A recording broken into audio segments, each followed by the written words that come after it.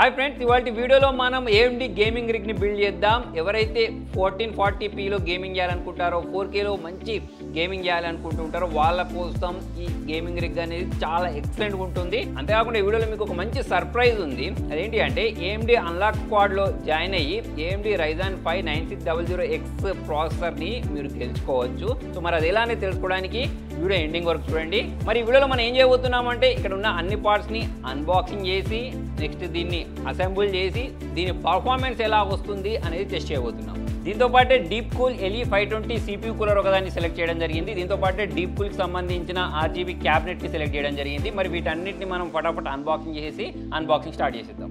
So first మనం ఈ Ryzen 9 9900X 3D processor ని అన్బాక్సింగ్ చేద్దాం. ఫ్రెండ్స్, ఈ ప్రాసెసర్ యొక్క అన్బాక్సింగ్ చూసారు కదా, దీనిలో మనకు 12 కోర్స్ 24 థ్రెడ్స్ ఉంటాయి. ఎవరైతే గేమింగ్ చేస్తూ ఉంటారో, స్ట్రీమింగ్ చేస్తూ ఉంటారో, కంటెంట్ క్రియేషన్ చేస్తూ ఉంటారో వాళ్ళకు చాలా బాగా నచ్చుద్ది ప్రాసెసర్. సో మరి ప్రాసెసర్ లో మనకు AMD 3D VCache టెక్నాలజీ కూడా ఉంది. సో మరి బాక్స్ అయితే ఓపెన్ చేద్దాం ఫ్రెండ్స్. వావ్, చూడండి దీనిలో ప్రాసెసర్ అనేది ఎంత స్లీక్ డిజైన్ లో కనిపిస్తుందో. AMD Ryzen అని చెప్పేసి ఇక్కడ ఉంది. మరి ఈ బాక్స్ నుంచి దీన్ని బయటికి తీద్దాం. సో ఇందులోనే దీనికి సంబంధించిన వారంటీ కార్డు కూడా ఉంది, ప్లస్ AMD Red Team అని చెప్పేసి ఇంకొక కార్డుని కూడా ప్రొవైడ్ చేశారు. మరి దీని లోపల నుంచి ఈ ప్రాసెసర్ని బయటికి తీద్దాం. వావ్, చూడండి చాలా పవర్ఫుల్ ప్రాసెసర్, చాలా స్లీక్ గా కనిపిస్తుంది. దీనిలో నుంచి మనం బయటికి తీద్దాం. ఎక్సలెంట్ గా ఉంది ప్రాసెసర్ అనేది. ఈ ప్రాసెసర్ లో మనకు 4.4 GHz base clock, 5.5 GHz Boost clock ఉంటుంది. అంతేకాకుండా ఈ ప్రాసెసర్ లో 128 MB L3 క్యాషే ఉంటుంది. అంతేకాకుండా ఈ ప్రాసెసర్ లో మనకు AMD యొక్క 3D VCache టెక్నాలజీ ఉంది. దీని కారణంగా మనకు లేటెన్సీ తక్కువ ఉంటుంది, ఫాస్ట్ గేమ్ లోడింగ్ ఉంటుంది. Gen 5 ఆర్కిటెక్చర్ తోటి వచ్చిన 4 nm ప్రాసెసర్ ఇది. ఎఫిషియన్సీ అనేది చాలా హైగా ఉంటుంది ఇందులో. అంతేకాకుండా ఇది future proof processor. DDR5 PCI 5.0కి ఇది సపోర్ట్ చేస్తుంది. 120W TDP ఉంటుంది, అంటే థర్మల్ ఎఫిషియన్సీ అనేది చాలా సూపర్గా ఉంటుంది ఇందులో. మరి గేమింగ్ రిగ్ కోసం నేను చూస్ చేసుకున్న GPU వచ్చేసి power colour హెల్హౌండ్ Radeon RX 9070 XT అయితే చూస్ చేయడం జరిగింది. ఎవరైతే 1440p లో గేమింగ్ చేయాలి అనుకుంటూ ఉంటారో, 4K లో గేమింగ్ చేయాలి అనుకుంటూ ఉంటారో, స్ట్రీమింగ్ చేయాలి అనుకుంటుంటారో వాళ్ళకు ఈ GPU అనేది ఎక్సలెంట్ గా పనిచేస్తుంది. ఫ్రెండ్స్, ఇప్పుడు మనం Radeon RX 9070 XT GPU unboxing చేద్దాం. అంతేకాకుండా ఈ గ్రాఫిక్ కార్డ్ అనేది FSR 4 కి సపోర్ట్ చేస్తుంది, అంటే ఫిడిలిటీ FX సూపర్ రెజల్యూషన్ 4 కి సపోర్ట్ చేస్తుంది. దాని కారణం ఏం జరుగుద్ది అంటే మనం గేమ్ ఆడేటప్పుడు చాలా మంచి గ్రాఫిక్స్ తో పాటు మంచి FPS అనేవి వస్తాయి. సో మరి ఫటాఫట్ ఈ GPUని అన్బాక్సింగ్ చేద్దాం. వావ్, దీనికి సంబంధించిన బిల్డ్ క్వాలిటీ అనేది ఎక్సలెంట్ గా కనిపిస్తుంది. నెక్స్ట్ దీనిపైన ఉన్న స్టిక్కర్ని కూడా ఇలా రిమూవ్ చేసేద్దాం. మరి దీన్ని మనం ఫస్ట్ టైం చేతిలో తీసుకున్న వెంటనే దీని ప్రీమియంనెస్ అనేది మనకు అర్థమవుతుంది. బ్యాక్ సైడ్ మనకి ఇక్కడ మెటల్ బ్యాక్ ప్యాలెట్ ని యూజ్ చేశారు. సో 4K గేమింగ్ ఎవరైతే చేయాలి అనుకుంటారో వాళ్ళకు హై పర్ఫార్మెన్స్ వస్తుంది. నెక్స్ట్ ఫ్రంట్ సైడ్ మనకు ట్రిపుల్ ఫ్యాన్ కూలింగ్ ఉంది. రెండు వచ్చేసి 100 mm ఉంటాయి, ఇంకొకటి 90 mm ఉంటుంది. 6 హీట్ హైప్స్ ఉంటాయి. దాని కారణంగా టెంపరేచర్ ని ఇది కంట్రోల్లో ఉంచుతుంది. ఫాస్ట్ డేటా ట్రాన్స్ఫర్ కోసం 16GB DDR6 మెమరీని అయితే నేను చూస్ చేసుకున్నాను. డ్యూయల్ బయోస్ ఉంటుంది అన్నట్టు. OC మోడ్, సైలెన్స్ మోడ్ రెండు ఉంటాయి, అంటే హై పర్ఫార్మెన్స్ మోడ్ను వైట్ మోడ్ ఉంటాయి అన్నట్టు. అదేకాకుండా PCI 5.0కి సపోర్ట్ చేస్తుంది. 2.1 కి సంబంధించిన 3 డిస్ప్లే పోర్ట్స్ ఉన్నాయి. HDMI 2.1 కనెక్టివిటీ కూడా ఉంది. అంతేకాకుండా కస్టమైజబుల్ LED లైటింగ్ కూడా ఉంటుంది ఇందులో. ఇక అదే మదర్ బోర్డు గురించి మాట్లాడినట్టయితే Gigabyte Aros Elite X870 Wi-Fi 7 mother board ని చూస్ చేయడం జరిగింది. దీన్ని ఎందుకు చూస్ చేసుకున్నాను అంటే AMD లేటెస్ట్ ప్రాసెసర్ కి సపోర్ట్ చేయడంతో పాటు మనకు Wi-Fi 7 ఉంటుంది, ప్లస్ లేటెస్ట్ కనెక్టివిటీకి ఈ మదర్ బోర్డ్ అనేది సపోర్ట్ చేస్తుంది. ఫ్రెండ్స్, ఇప్పుడు మనం Gigabyte Aorus Elite X80 Wi-Fi 7 mother బోర్డ్ని అన్బాక్సింగ్ చేద్దాం.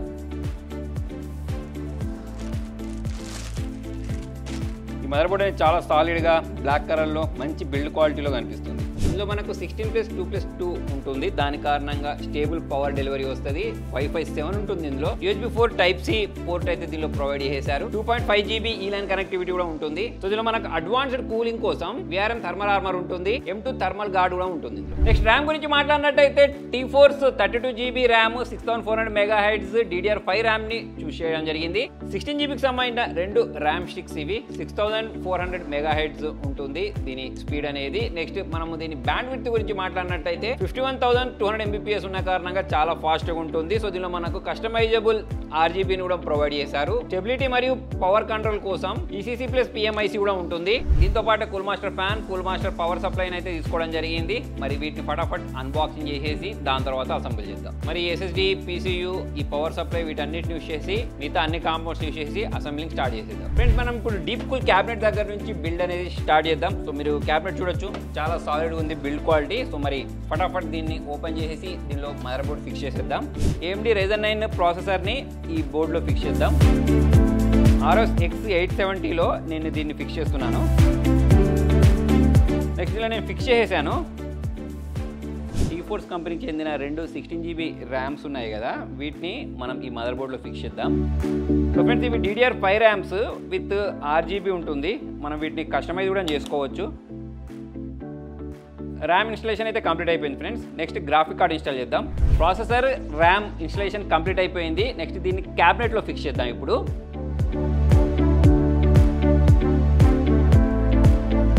Mother board, RAM, next SSD installation complete అయిపోయింది. నెక్స్ట్ లిక్విడ్ కూలింగ్ని ఫిట్ చేద్దాం.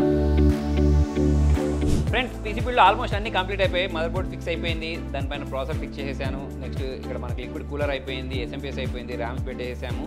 ఆల్మోస్ట్ రన్ అయిపోయింది. ఒక గ్రాఫిక్ కార్డ్ ఒకటే ఉంది. సో దీన్ని కూడా మనము ఫిక్స్ చేసేసాం.